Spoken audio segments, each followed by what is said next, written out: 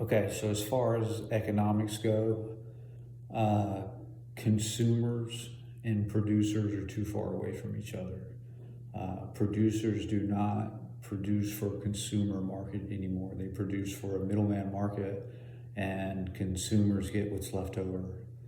Um, if you just look at our food now, it's not nutrient dense. It's not healthy food. It's over processed. It has to travel too far. It's overburdened by all these things. And this has a lot to do with the middleman market that's in between producers and consumers. So, I guess domestically, when we're talking about the United States, we have to produce more of what we consume and consume more of what we produce. Uh, what's happening with import export right now, we have to produce more. It's the only way to survive. We cannot have a service based economy that's running off credit. If you look at the actual dollars that exist, most of the numbers on the screen don't exist. Most of the numbers in a 401k, in the stock market, in your savings account, your checking account, they don't exist. There are about $3 trillion that actually exist and close to 60 trillion that are on the board. And so if you think about that, that's about one in every $20 that you're seeing is real. And that is a total bubble. And so we've got to do something about that.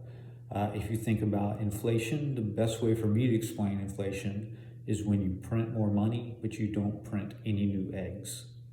Uh, you can make new eggs. It's not that hard.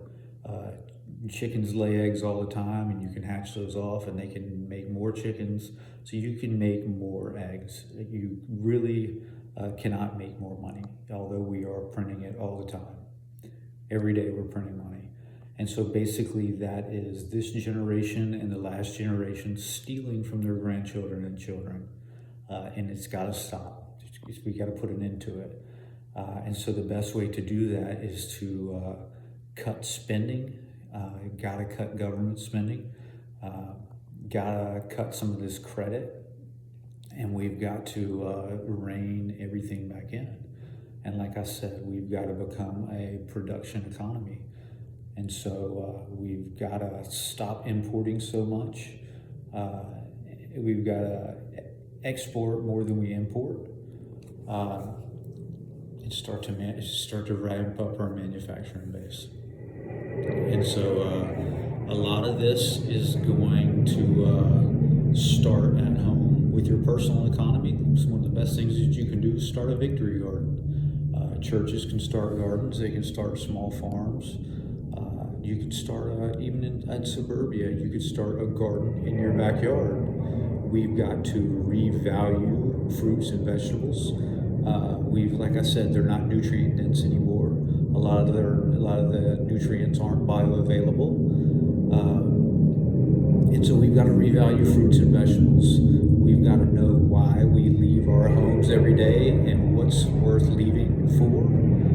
When we get up and leave our children, why are we doing it? And a lot of that, when you can grow food in your backyard, it's going to kind of change everything. But this price discovery mechanism, which is also a values discovery mechanism, these things don't exist currently. And so as we revalue fruits and vegetables, it'll also revalue protein. And we'll have nutrient dense bioavailable protein. And I'll just refer you, if you just think about beef, if you look at the beef in the supermarket, it's not the right color. It's not the same color as the beef when I was a child. We're feeding beef corn, which is sucrose. It's like feeding your children sugar all day. This beef, it no longer, ruminants need grass. Okay, so we're feeding them this corn and other grains, but they're not getting the enzymes that they need that they would when they would basically ruminate. And so just look at K2. K2 helps break down plaque in arteries. So we're putting more plaque in arteries, but we've taken the K2 out of the meat, because that's like like I said, when ruminants ruminate grass, it produces enzymes and vitamins and minerals that are necessary to our body function. And so we've got to kind of reformulate all this stuff. And so a lot of this price discovery mechanism, these values discovery mechanisms, is going to come from how we treat our food. And so, yeah, we've got to produce more at home. We've got to import less. We've got to tighten up our belt. We've got to pay attention to what we're doing and how we're doing it. We've got to spend less on government. It has to happen. I mean, it's collapsing under the weight of its own illusion, and there's only so much the puppet masters can do to keep it all together. This has to start with the individual and paying closer attention. And so these things have to happen. We can complain about them, but the best thing that we can do, like I said, is start at home, Victory Garden. But our overall economy, this is basically what you're seeing now is a controlled demolition. It's so broke, it's so dysfunction, and our government is dysfunctional, and it's created more government to fix the dysfunction, and it doesn't work. We've got to cut it all back.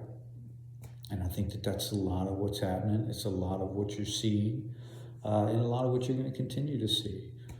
But yeah, I mean, I could go deeper on the economy, but that's the basics of it. We've got to get producers and consumers closer to each other, whether it means eating more seasonally, eating what's available locally, stop shipping food from market to market to market. That doesn't mean you can't eat banana from Guatemala, or South America, or you're going to stop importing coconuts and coconut oils and tropical oils, stuff like no. But I'm just saying, we've got to produce more of what we consume and consume more of what we produce.